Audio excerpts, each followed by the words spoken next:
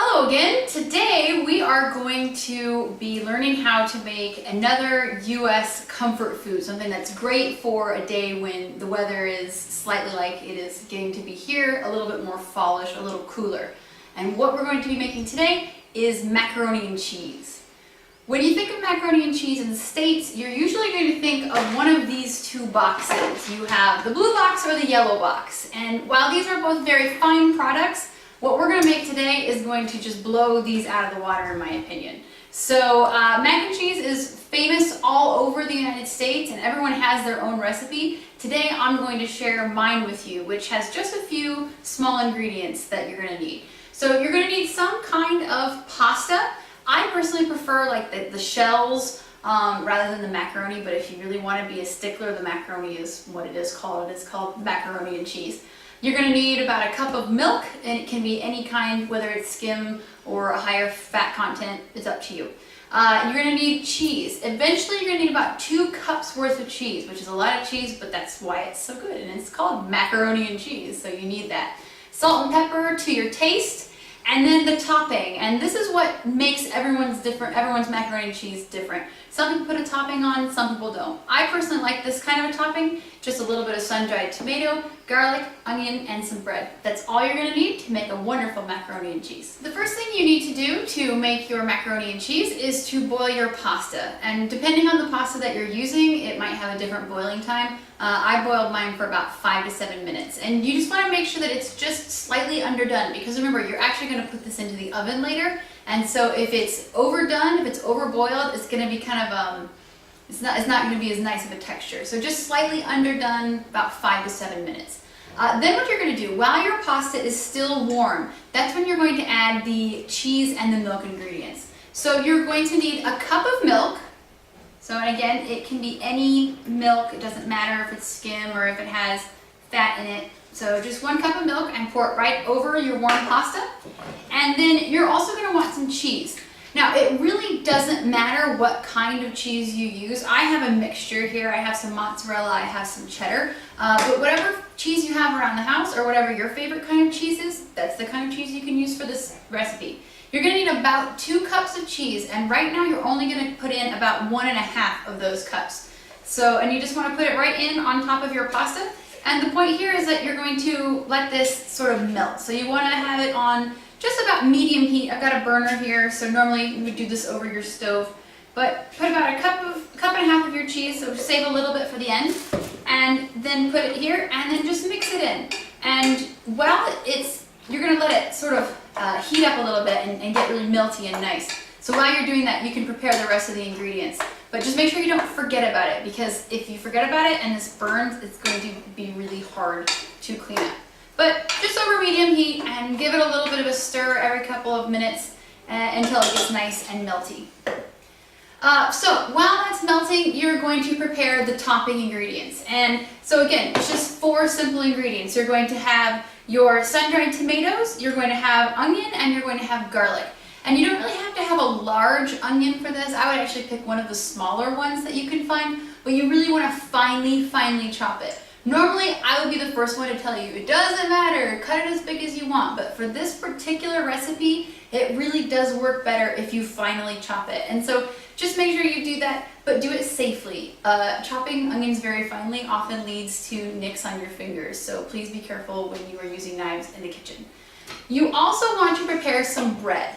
And you can do it one of 2 ways. You can either buy pre-prepared breadcrumbs, or you can actually take a crusty loaf of bread that's maybe been sitting around for a couple of days and use that.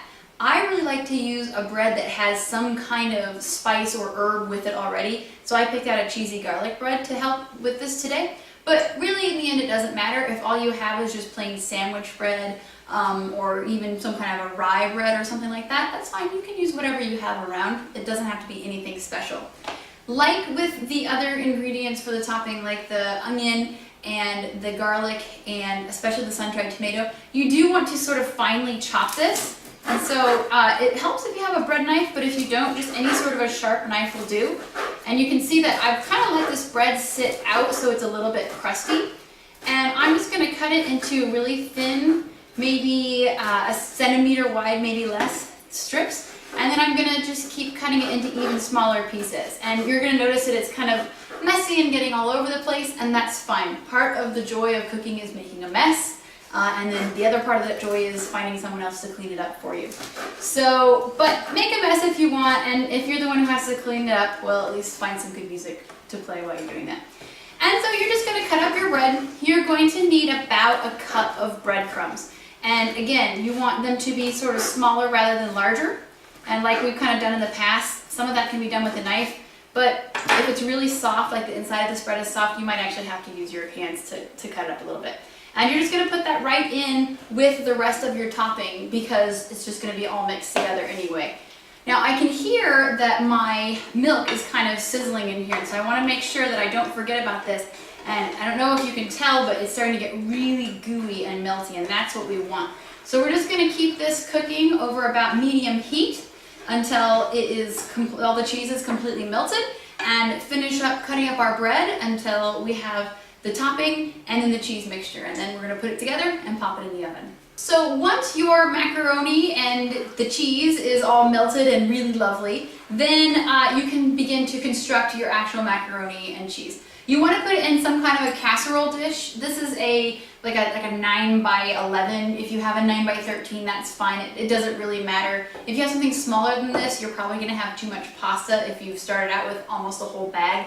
So, but you know, this you can put it into 2. It doesn't really matter. And you can actually eat it like this. This is all cooked. It's ready to go. It just adds a little bit more if you bake it a little bit. Before you put this into your pan, you want to add your salt and pepper, if you like salt and pepper. If you're not a seasonings person, then don't worry about it. But if you are, which we are here at this household, so I want to add in just some salt and some pepper. If you like other seasonings, or if you want to add a little bit of spice, you can actually chop up some kind of pepper, like a bell pepper, or even a small chili, and put that in here if you want to add a little bit of heat. I don't personally prefer to do that with my cooking, but a lot of people that I know do, and so that's perfectly acceptable to add in at this stage. So once you have all of your spices, you're just going to add these into your casserole dish. And it doesn't have to be fixed in any way, so just put it right in. And you can see that all that nice cheese is in there. And just kind of smooth it out. And it's certainly okay, and in fact, it's better if it doesn't reach the top of the pan because now you're going to add things in on top of it. So, and you'll have a little bit of leftover cheese on your spoon. You have 2 choices. You can either make sure that it gets into your pan, or you can just eat it because it's delicious. So remember that cheese that I had you reserve? Well, this is the reason why. Right now you have your cheese, and then you have your topping mixture, and you're just going to mix them together a little bit. Remember when we did the meatloaf and I said that it was fine to get your hands dirty in the kitchen? It's fun to get your hands dirty in the kitchen. This is another one of those situations. If you really wanted to, you could use the spoon, but why when you can use your hands? That's why we have hands, is to use them. So you're just gonna mix that up until you have a nice even mixture. The sun-dried tomatoes, you can start with the ones that come in the syrup, or you can start with the dry ones. It's completely up to you. I prefer the ones with the syrup because they just have a little bit more flavor. And then I actually like it when the syrup kind of gets mixed in with the bread as well. I think that adds a really nice extra flavor. But if the only ones that you can find are just the dry ones, that's fine. It's going to taste just as good. And you're just going to place it on top of the macaroni and cheese. And kind of the goal here is to just provide a top over the complete layer. So you're the top over the complete thing. So you don't want to have any of the mac and cheese showing through. But you do want to have a nice mixture, so you want to be able to tell, there's some cheese, there's some of the tomatoes, and just kind of get them all spread out, because this is going to create a really nice crusty layer on top of the mac and cheese. And again, if you're really hungry, there's nothing in here that you can't eat, so you could just go for it right now. But I promise you, if you give it 15 minutes in the oven, it's just going to be even that much better. And that's really all you have to do. If you take that casserole dish, you put it into your oven, hopefully it's been preheating, but if not, go preheat it now to about 350 degrees Fahrenheit or about 180 degrees Celsius. And once it's ready, pop it in there, 10-15 minutes. As soon as the bread is starting to get a little bit brown, the cheese is starting to get melty, that's all you need, and you're gonna have some perfect macaroni and cheese. So 15 minutes later, this is what your macaroni and cheese should look like. The bread should just be browning and the cheese should be nice and melted all over the place. Macaroni and cheese is wonderful as a side dish, or you can actually just make it your whole meal. But if you are going to make it as a side dish, I suggest either a pork or a chicken dish that will go really well with this. It's great to take for a potluck or for a family event, or if you're just feeling like having comfort food at home, macaroni and cheese.